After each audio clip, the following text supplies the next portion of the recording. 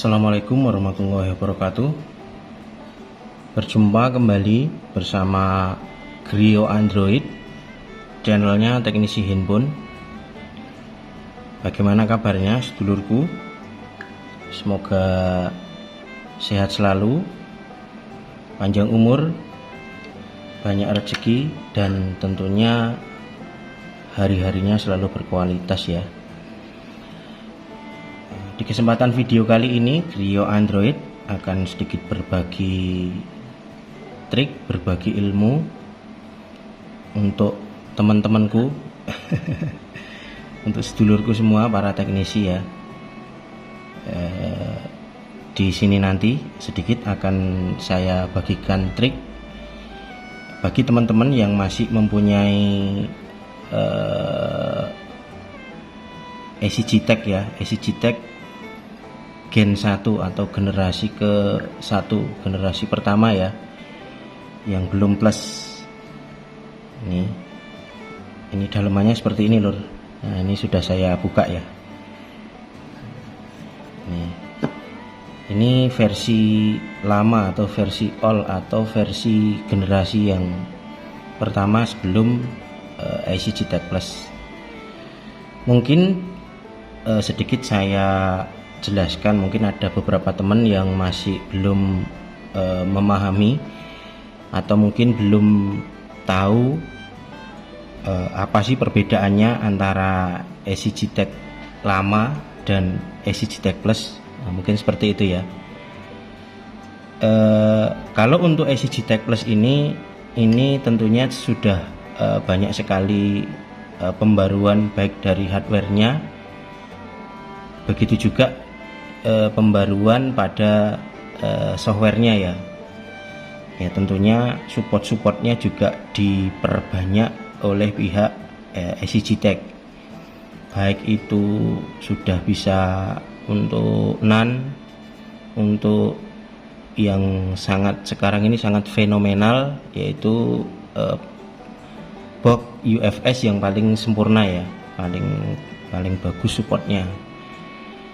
Ini di sini nanti akan saya bagikan trik ya. Trik bagi teman-teman pengguna EasyGTech generasi pertama. Ini tidak saya ulas yang EasyGTech Plus ya, karena sudah dari fitur-fitur sudah saya review, sudah saya jelaskan di video-video, baik video yang sudah lama mungkin 1 tahun sebelum support untuk unlock OTP, dan sudah saya review juga untuk fitur-fitur terbaru yang sudah support untuk unlock OTP ya. Di sini nanti sedikit pengen saya jelaskan untuk teman-teman untuk EasyGTech yang lama. Ini smart cardnya saya lepas ya, karena nanti berkaitan dengan apa penyolderan, jadi takut nanti kesenggol solder, jadi saya lepas ya. Jadi ini nanti trik yang ingin saya bagikan, bagaimana supaya EasyGTech generasi pertama ini support untuk untuk soket more atau soket yang lain tanpa menggunakan power adapter ya, tambahan kabel power ya. Nah, kalau teman-teman mempunyai ECG-Tech yang generasi pertama kan harus mempunyai tambahan adapter agar bisa membaca pada IC ya. Nah, jadi begini lor, ini kalau penggunaannya tanpa kita modifikasi, tentunya nanti teman-teman harus membeli adapter tambahan seperti ini ya. Nah, kemudian ini nanti dipasang di soketnya di bagian ECG-Tech-nya seperti ini. Jadi untuk kabel powernya di sini juga pakai kabel power seperti ini. Begitu juga di bagian input pada boxnya begini. Jadi harus membutuhkan dua kabel power seperti ini. Jadi di sini nanti sedikit akan saya ulas bagaimana cara memodifikasi agar ECG-Tech lama ini bisa berfungsi tanpa menggunakan tambahan kabel power ya.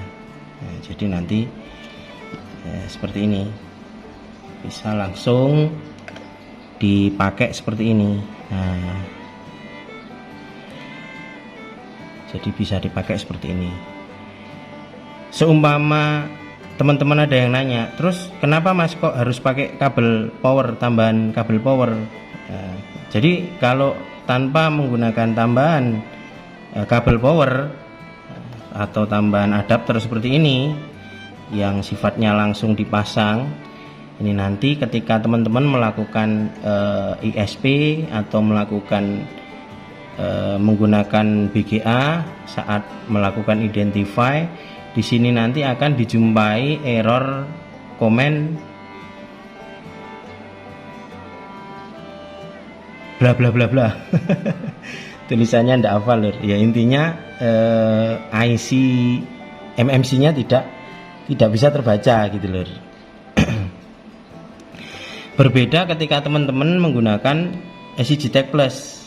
ECG-Tech Plus ini kalau langsung dipasang seperti ini tanpa tambahan power kabel power ya bisa aman, bisa dipakai langsung aja. Ini juga bisa langsung support di 8 bit.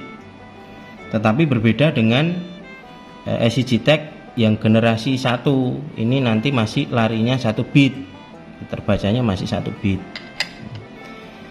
Tetapi untuk fungsi-fungsi pada fitur eMMC-nya masih berfungsi dengan baik, baik itu untuk hardware partitionnya, termasuk untuk di fungsi-fungsi semacam untuk custom extended CSD, untuk melakukan update firmware MMC atau membackup dump firmware MMC, clear FRP, format user data, reset OPPO, web OPPO, itu juga berfungsi sama seperti setupnya pada ECG-Tech Plus yang terbaru ini kan di versi 38.06 ya.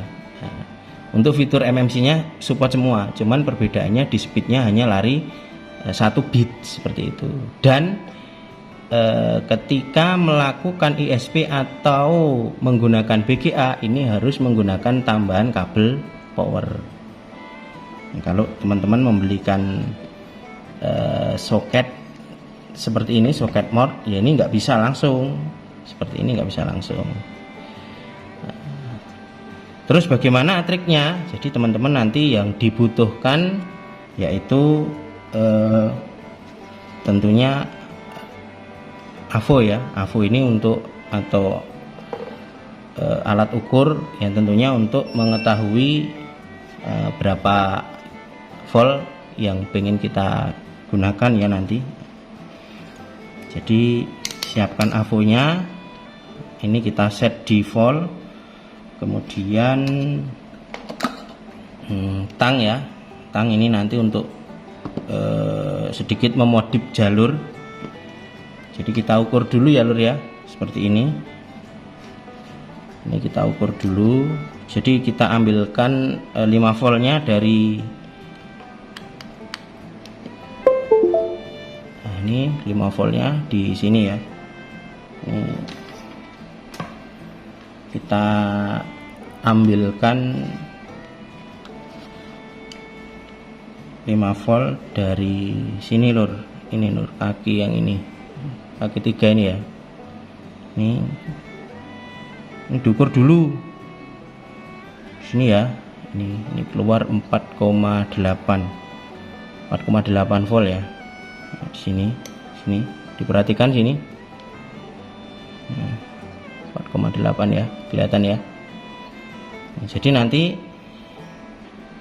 kita ambilkan untuk powernya dari sini, dari kaki 3 ini.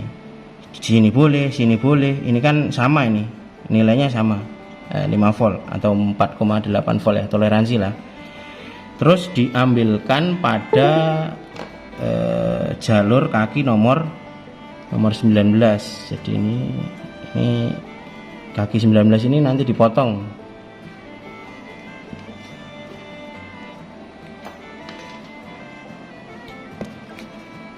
Dipotong seperti ini lur. Ini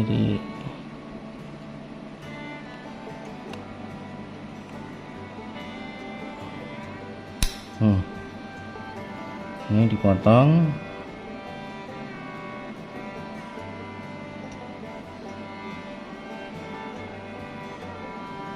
ya, kelihatan ya.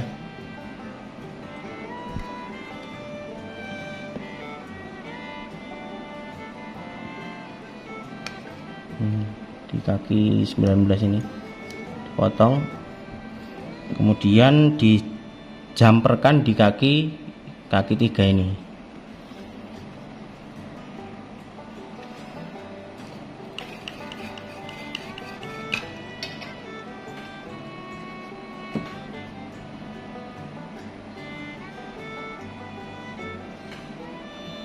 Jamperkan di sini lur.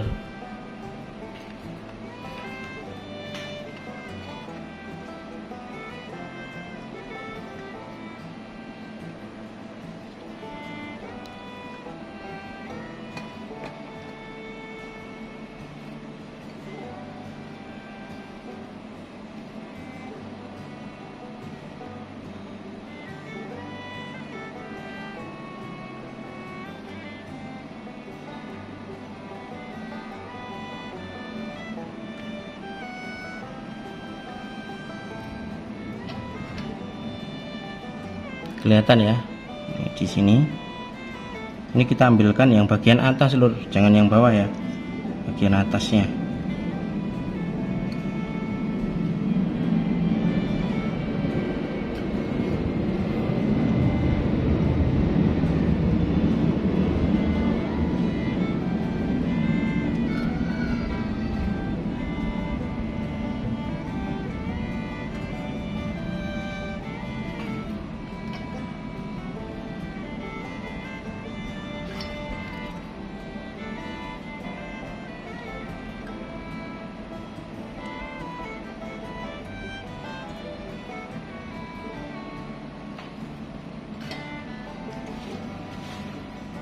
Seperti ini ya, kelihatan ya.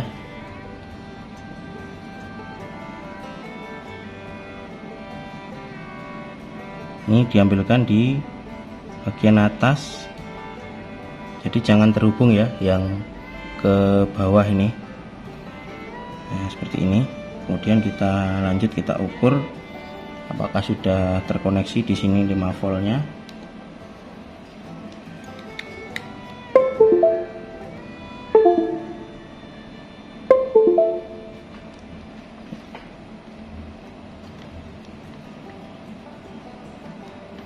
Nah, di sini kita ukur. Ini 4,8 sini ya, 5 volt ya toleransi. Nah, sudah keluar ya. Jadi setelah kita jumper seperti ini, ya sudah, nanti cara memfungsikannya ya tinggal ini dicolok seperti ini. Nah, ini tanpa lagi menggunakan tambahan power USB-nya. Jadi sudah diambilkan dari 5 volt dari sini ya. Oke lur, bisa difahami ya.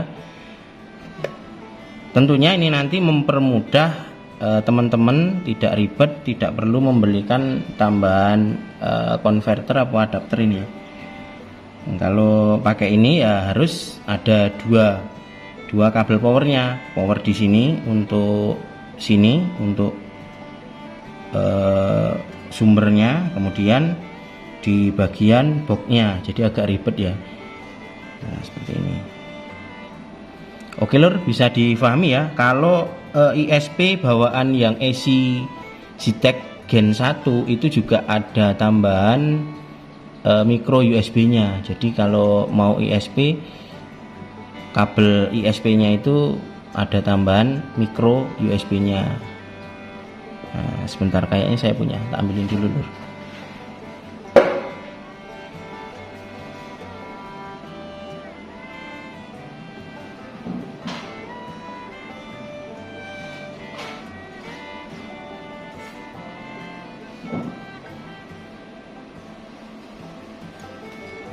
Sorry lur, lupa naruh. Udah nggak karuan karena udah lama. Jadi kalau bawaan AC Ztech itu untuk ISP-nya ada tambahan kabel mikronya. Oke lur, bisa difahami ya. Jadi bagi teman-teman yang nanti masih punya alat AC Ztech generasi pertama atau Gen 1, masih bisa difungsikan.